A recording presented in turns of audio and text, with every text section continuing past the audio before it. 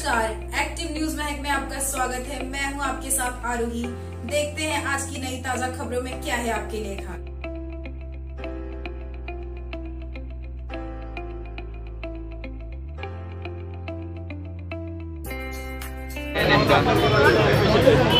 एवढे दिवस समाज माध्यमावर आलेली जी बातमी तुम्ही ऐकलेली असेलच की एक बाई आपल्या सातबाराच्या कामानिमित्ताने तलाठ्याच्या ऑफिसमध्ये गेल्यानंतर त्या ठिकाणी तिचा विनयभंग करण्यात आला। विनयभंग केल्यानंतर त्या बाईने डेअरिंग केली आणि तिने जाऊन तक्रार नोंदवली। पण तक्रार नोंदवत असताना त्या ठिकाणी तिला जे सहकार्य मिळायला पाहिजे होतं तेवढं सहकार्य त्या ठिकाणी मिळालं नाही। तिला तासनतास पोलीस स्टेशनमध्ये बाहेर उभं राहावं लागलं, तरीसुद्धा ती मागे हटली नाही। शेवटी आपली तक्रार नोंदवूनच ती बाहेर पडली। तक्रार नोंदवल्यानंतर ज्या रीतीने त्याच्यावरती ॲक्शन घ्यायला पाहिजे होती ती ॲक्शन मात्र घेतली गेली नाही। महसूल विभागाने असू द्या किंवा पोलीस यंत्रणे असू द्या तिच्यावरती ॲक्शन घेतली गेली नाही। आणि विशेष म्हणजे ही ॲक्शन न घेणं म्हणजे आमच्या महिलांचा अपमान आहे।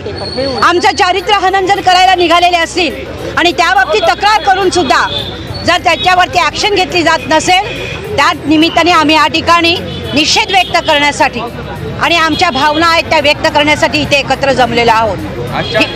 आजच्या आंदोलनाची कशी रूपरेषा आहे, काय मागणी आहे? आमची मागणी पहिली मागणी म्हणजे हा जो तलाठी आहे त्याला त्वरित निलंबित केलं पाहिजे। त्याचा पहिली बट्ट नाही आहे, ह्या अगोदर सुद्धा असे धंदे त्याने केलेले आहेत, पण बिचाऱ्या महिला आपल्या अप्रूला घाबरून पुढे आलेल्या नाहीत। आता या महिलेने हिम्मत केलेली आहे, आम्ही तिचं खास अभिनंदन करतो कारण तिने अनेक महिलांचं चारित्र्य वाचवलेलं आहे। हा तलाठी आहे विलास करे नावाचा तलाठी हा, आणि आता अगदी उजळ माथ्याने फिरतोय, तर त्याला त्वरित त्याच्यावरती कारवाई झाली पाहिजे ही आमची पहिली मागणी आहे। आपण काय तहसीलदारांना प्रांतांना वगैरे काय पत्र वगैरे दिले काय? हो, आम्ही तशा प्रकारचं निवेदन केलेलं आहे। आमच्या भावना आहेत त्या आम्ही त्यांच्यापर्यंत पोहोचवलेल्या आहेत आणि आम्ही सांगितले आणि त्या निमित्ताने आज गृहमंत्र्याला उपमुख्यमंत्र्याला यांना निवेदनं त्यांच्यामार्फत आम्ही देणार आहोत। आणि विशेष म्हणजे आमचं जे साज शृंगार असतं हे शृंगार आम्ही आज त्यांना देणार आहोत की त्यामुळे जर आम्हा महिलांना अडचण येत असेल तर हे शृंगार तुम्ही घ्या। मग त्याच्यात मंगळसूत्र आहे, त्याच्यात लिपस्टिक आहे, त्याच्यात नेल पॉलिश आहे, त्याच्यात टिकली आहे, त्याच्यात कुंकू आहे, हे सगळं आम्ही तुम्हाला देतो। ह्याचा आम्ही त्याग करतो, हे तुम्हाला घ्या पण आमच्या महिलांचं संरक्षण करा। मॅडम, तुम्हाला पण पोलिसांनी संमित पत्र दिलं होतं की हा आंदोलन करू? आम्हाला सांगितलं आंदोलनाच्या दबावाचे प्रयत्न पोलीस करतात नाही। पोलिसांनी दरवेळेप्रमाणे मला काल नोटीस पाठवली आणि त्या ठिकाणी सांगितलं की या ठिकाणी आता जमावबंदीचा आदेश आहे, त्यामुळे तुम्हाला करता येणार नाही, तुमच्यावरती गुन्हा दाखल केला जाईल। मी सांगितलं काही हरकत नाही, असे अनेक गुन्हे 10 गुन्हे आहेत माझ्यावरती, तर ते आणखी 11वा गुन्हा माझ्यावरती होईल। पण आम्ही मात्र मागे हटणार नाही। आम्ही काही तुमच्याकडे मागण्यासाठी नाही, आमचं संरक्षण महिलांचं संरक्षण करण्यासाठी आम्ही आज या ठिकाणी आलेलो आहोत। आणि केवळ आम्ही आलेले नाहीत, आम नागरिकसुद्धा आम्हाला या ठिकाणी पाठिंबा देण्यासाठी जे नेहमी आमच्या पाठीशी असतात या ठिकाणी अनेक आम नागरिक देखील आलेले आहेत। सगळ्यांना नमस्कार।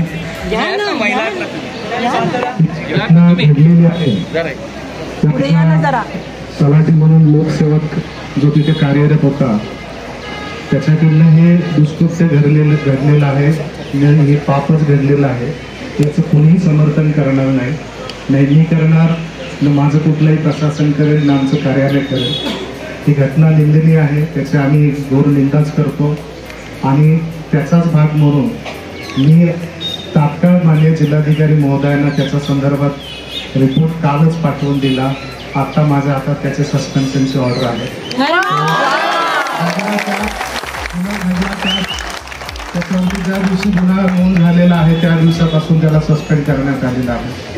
त्याच्यामुळं आपल्या ज्या काय तीव्र भावना होत्या त्याची थोडीशी दखल आम्ही घेतलेली आहे। 100% म्हणत नाही कारण कोर्ट त्याला शिक्षा देईल ती देईलच, परंतु जी आमच्या बाजूला होती की त्याला आम्ही शिक्षा त्याची तात्काळ 9 तारखेपासूनच त्याला निलंबित केलेलं आहे आणि त्याची इकडनं बदली देखील घेतली आहे। त्याच्यामुळं माझ्याकडनं जेवढं करण्यासारखं होतं ते माझ्याकडनं केलेलं आहे। आम्ही लोकसेवक म्हणून तुमच्या ज्या काही सेवा आमच्या आहेत त्या देण्यास आम्ही बांधीला आहोत, इथून पुढेही राहील। इथून पुढे असल्या कुठल्याही घटना घडणार नाही याची शाश्वती देखील मी देतो।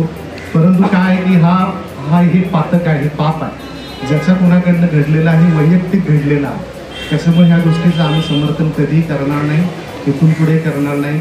त्याच्यामुळं ज्याच्याकडनं हा गुन्हा घडलेला आहे त्याला निश्चित त्याची शिक्षा होईलच. मी आपल्या सगळ्यांच्या भावनांचा मी इथे आदर करतो आणि आम्ही आमच्या ज्या काही लोकसेवक म्हणून तुम्हाला सेवा देण्याचं काम आहे ते आम्ही जे उत्तरदायी आहे ते आम्ही इथून पुढे देखील करत राहणार आहोत. धन्यवाद साहेब. एकच फक्त सांगायचा विषय आहे फक्त तुम्हाला, तुम्ही आज प्रमुख आहात म्हणून, की आपल्याला शासनाचे निर्देश आहेत, परिपत्रक आहेत. यापूर्वी त्याला सस्पेन्शन झाल्यानंतर त्याला अकार्यकारी पदावर बसवायला पाहिजे होतं, जनतेच्या संपर्कात येणार नाही अशा पदावर बसायला पाहिजे होतं. आपल्या कार्यालयाकडनं त्याची नेमणूक ही कार्यकारी पदावर, अधिकारी पदावर आणि जनसंपर्क पदावर झाली. याच्यामुळे आमच्या एका महिलेचा बळी झालाय. हे अत्यंत दुर्दैवी आहे.